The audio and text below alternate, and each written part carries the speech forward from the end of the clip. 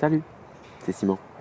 Aujourd'hui, mes impressions de lecture de Risibles amours de Milan Kundera. J'ai lu par le passé plusieurs fois des romans de Kundera, au moins 2 fois L'insoutenable légèreté de l'être. J'ai lu L'immortalité, L'identité. Je suis tombé là-dessus dans une librairie usagée. Je l'ai pris. Mais en préparant la capsule, j'ai remarqué que ces romans que j'ai lus de Kundera, si je me souviens bien de mon sentiment en les lisant, de l'impression que j'avais, je me souviens plus du tout de l'intrigue. J'ai dû chercher en ligne. J'ai trouvé ça assez singulier. Mais finalement, peut-être que ça ne l'est pas tant que ça. Milan Kundera. Il est né en 1928 à Brno, en ce qui est aujourd'hui la République tchèque. Il a commencé des études en littérature, a terminé des études en cinéma. Il a été professeur à l'école de cinéma à Prague. Dans les années 50, il était communiste convaincu jusqu'à ce qu'il commette une gaffe et qu'on l'exclue du parti. Dans les années 50 toujours, il a publié 3 recueils de poésie. Les années 60, il les décrira par la suite comme une période de dictature en décomposition, ce qui permettra une grande liberté artistique. En même temps, c'est une période de libération sexuelle et tout ça culminera sur le printemps de Prague en 1968. C'est la première fois que les écrivains tchèques prennent ouvertement position contre la ligne de parti. Kundera perd son poste d'enseignant, ses livres sont retirés des bibliothèques et des librairies. Le printemps de Prague se termine en août 68 lors d'une invasion soviétique et le régime restera très strict jusqu'en 1989. En 1975, il émigre en France. En 1979, le régime tchèque lui retire sa nationalité et en 1981, François Mitterrand lui octroie la nationalité française. Outre les 3 recueils de poésie des années 50 et quelques pièces de théâtre, Milan Kundera est surtout connu pour ses romans et quelques recueils de nouvelles. Les 7 premiers, publiés entre 1968 et 1995, ont été écrits en langue tchèque. Ils ont été rapidement traduits en français et parmi ceux-là, probablement que le plus connu, c'est L'insoutenable légèreté de l'être. Entre 1995 et 2014, les 4 romans que Kundera écrit, il les écrit directement en langue française. On lui doit aussi au moins 6 essais sur la littérature, dont l'art du roman. La traduction, c'est intéressant chez Kundera.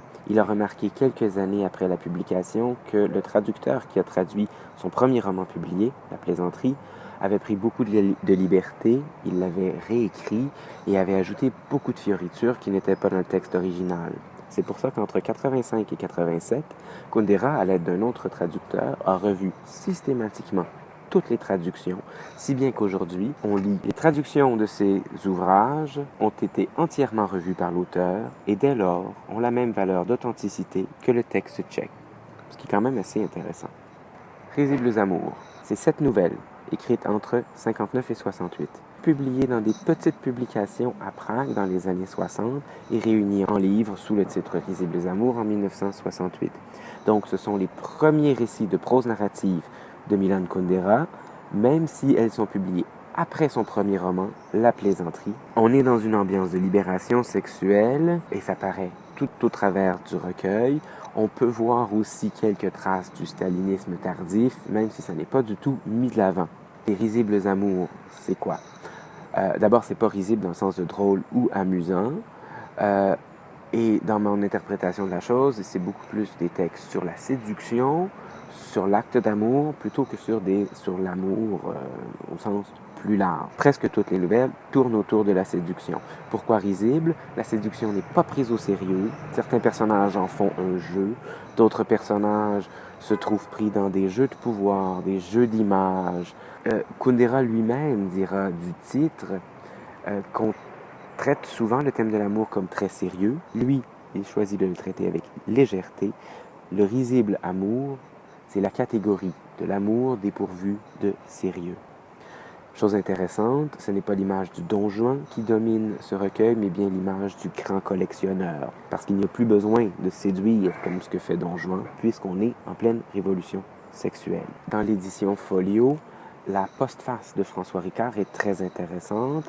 Il y a 2 éléments que je relève. D'abord, le fait que ça soit la première œuvre narrative de Kundera fait qu'on voit là-dedans tous les thèmes qui reviendront dans les œuvres suivantes, la légèreté, la lourdeur, l'apparence, l'image, le double, et ainsi de suite. Toutefois, le danger de cette lecture-là, c'est de tout réduire, Risibles amours, à ce qui arrivera après.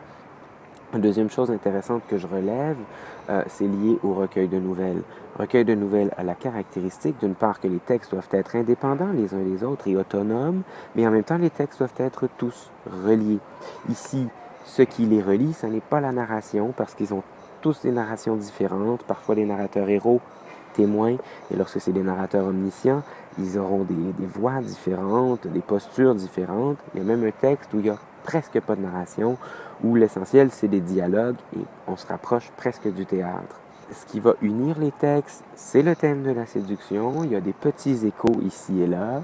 L'analyse que Ricard fait de la structure du recueil est très intéressante. Il nous montre comment la première et la dernière nouvelle se répondent. Mais c'est super intéressant, je vous laisse lire ça. C'est pas mes impressions de lecture à moi. J'ai eu beaucoup de plaisir en lisant le recueil. C'est une lecture fluide et à un moment donné, pendant ma lecture, je me suis dit, mais c'est trop fluide, je lis trop vite, ça se dévore.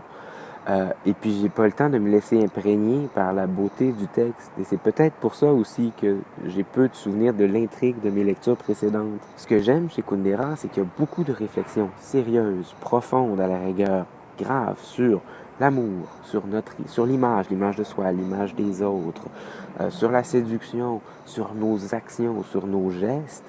Et tout ça sur un ton super léger. La phrase est courte, les images sont claires, reste simple, ce qui donne une grande accessibilité au texte. Une phrase qui m'a marqué, que j'ai trouvée belle, parce qu'elle rejoint des choses que je vis, c'est la phrase suivante, tirée de la première nouvelle. Personne ne va rire. Nous traversons le présent les yeux bandés. Tout au plus pouvons-nous pressentir et deviner ce que nous sommes en train de vivre. Plus tard seulement, quand est dénoué le bandeau et que nous examinons le passé, nous nous rendons compte de ce que nous avons vécu et nous en comprenons le sens. Phrase courte, une métaphore, claire, qui dit tout, simple, beau, vrai, sérieux, profond. Il n'y a pas beaucoup de descriptions, presque aucune description physique, description strictement nécessaire des décors. On n'est pas dans un réalisme comme au 19e siècle qui cherche à donner l'illusion du réel. C'est un réalisme de la vie intérieure. Pour m'excuser de ne pas vous donner un résumé de l'intrigue des différentes nouvelles, je termine sur cette citation tirée de l'Immortalité. Puisque l'essentiel dans un roman est ce qu'on ne peut dire que dans un roman, dans toute adaptation ne reste que l'inessentiel. Quiconque est assez fou pour écrire encore des romans aujourd'hui doit, s'il veut assurer leur protection, les écrire de telle manière qu'on ne puisse pas les adapter. Autrement dit, qu'on ne puisse pas les raconter. Là-dessus, bonne lecture.